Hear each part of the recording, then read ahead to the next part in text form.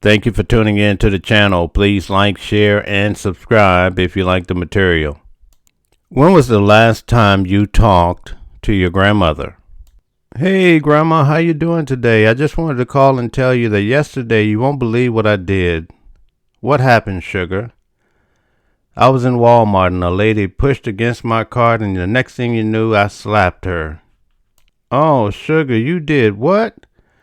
You know what? You're just like your mother.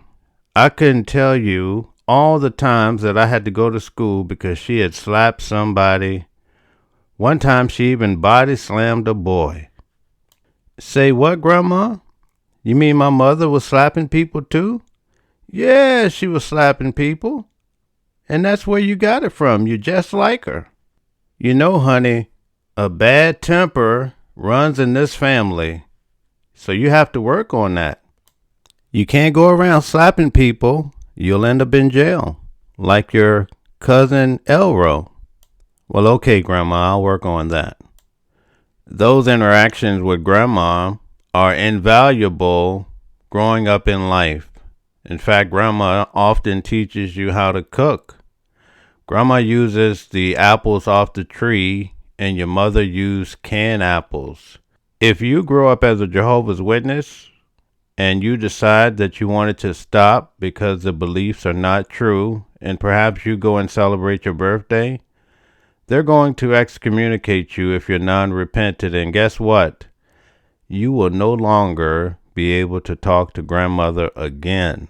And someday, when grandma dies, you may or may not be invited to the funeral if it's a Jehovah's Witness funeral. And if you do come, you won't be able to talk to anyone that's a Jehovah's Witness. They'll watch you cry like a baby, but you got to get out of here. When was the last time you talked to your grandfather? You say, hey, Grandpa, I noticed you wash your car twice a week. Why on earth do you do that?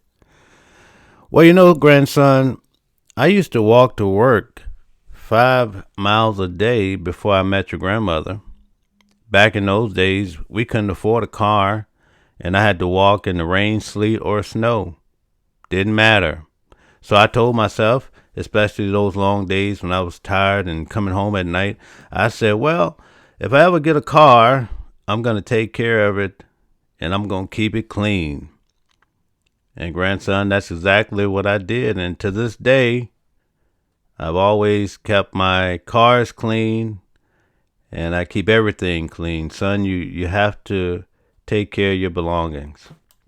Those interactions with Grandpa are invaluable, but the minute you stop being a Jehovah's Witness, you will no longer be able to talk to Grandpa ever again. In fact, there have been many grandfathers that have died as a Jehovah's Witness and did not ever reach out to their grandson, to their sons, to say, listen, I'm sick. I just want to say goodbye. Because of the religion, they die without saying a word. If this isn't cruel and unusual punishment, then I don't know what is.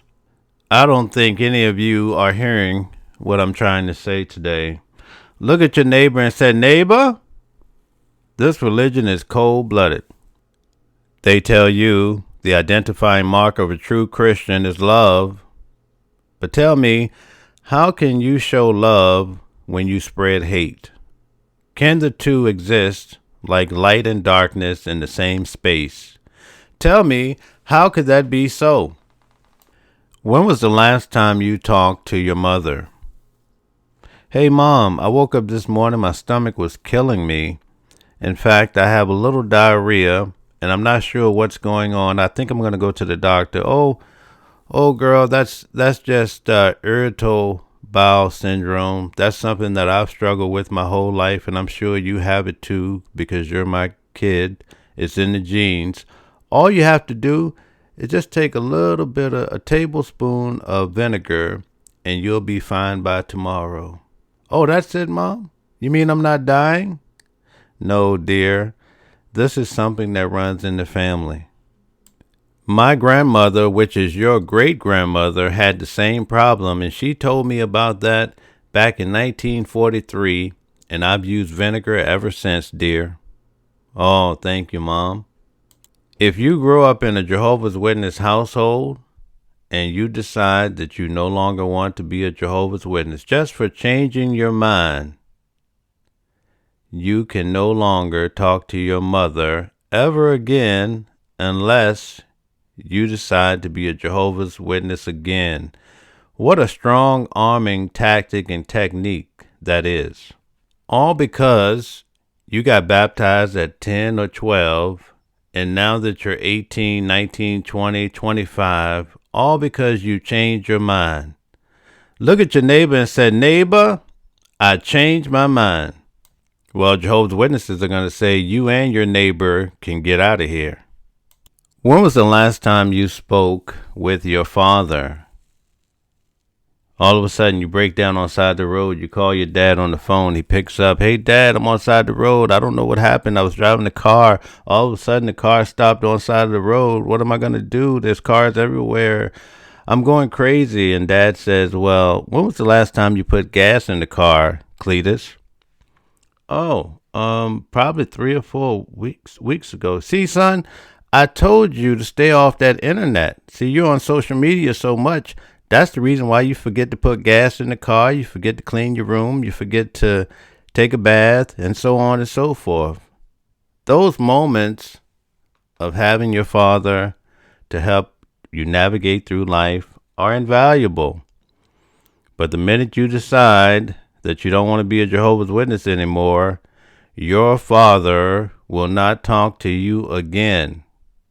In fact, the day they announce that you are no longer a Jehovah's Witness from the platform at the local Kingdom Hall, that might be the last moment that you talk to key people, key ingredients in your life. If that isn't cruel and unusual punishment, then I don't know what is. And at the end of the day, these tactics were designed to keep people mentally captured in a religion. That's it. Nothing more. Somebody look at your neighbor and say, "Neighbor, I'm going to break these mental chains." See, one thing that I learned at Jehovah's Witness headquarters, serving as a Bethelite for 10 years, is that shunning is very profitable for the organization. And you may say, well, how could shunning be profitable? Well, think about it. If your parents shun you, your grandparents shun you, who do they leave their houses to? Well, they leave it in most cases to Jehovah's Witnesses, to the society. I know one person that committed suicide because they found out that their parent, the last parent, had died, didn't say goodbye, and willed everything to the society. I mean, how sad does it get? Look at your neighbor and say, "Neighbor, they want all the real estate. They want all the money." The next part of this video is going to be very triggering. A Jehovah's Witness sister killed her entire family and also herself, all because she was shunned from a Jehovah's Witness religion. It's one of the saddest things that I can think of, and this happened in 2018, and we should never forget, because it's just a matter of time before these things become even more prevalent.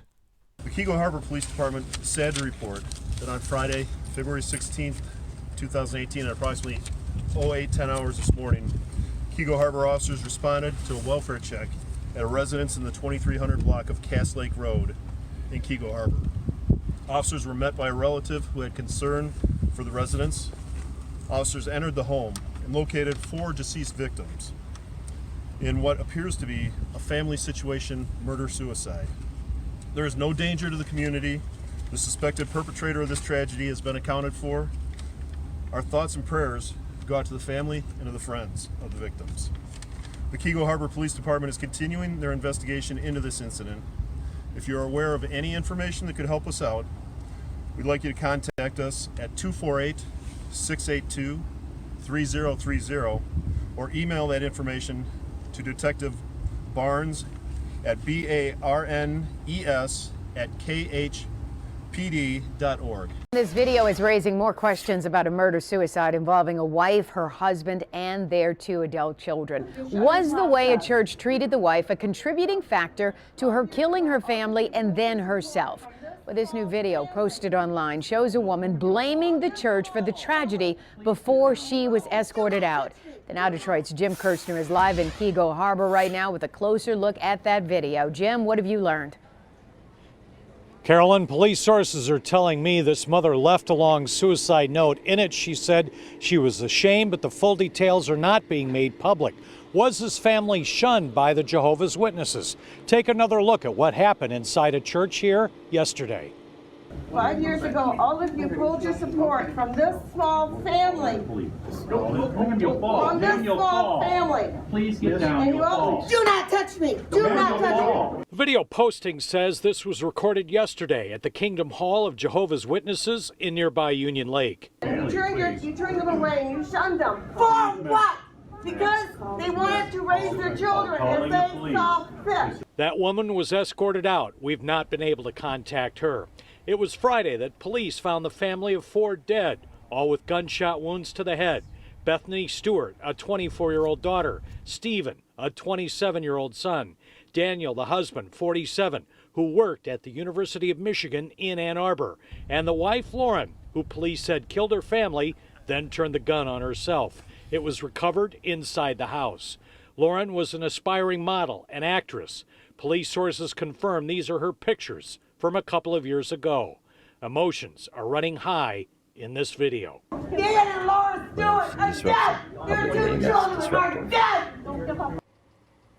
No one was at that church when we called today. I can also tell you police sources say the family dog was killed here, found inside a bathtub. What caused Lauren Stewart to snap could be inside that suicide note. No more details are being released by police. I'm told the Keego Harbor chief is off today for the President's Day holiday. Reporting live, Jim Kirchner, the Now Detroit. Jim, you may or may not know this, but I was trying to make out what that woman was saying. It sounded like you shunned her. She was asking for help and you shunned her. Is that because they weren't Jehovah's Witness, or do we know anything like that?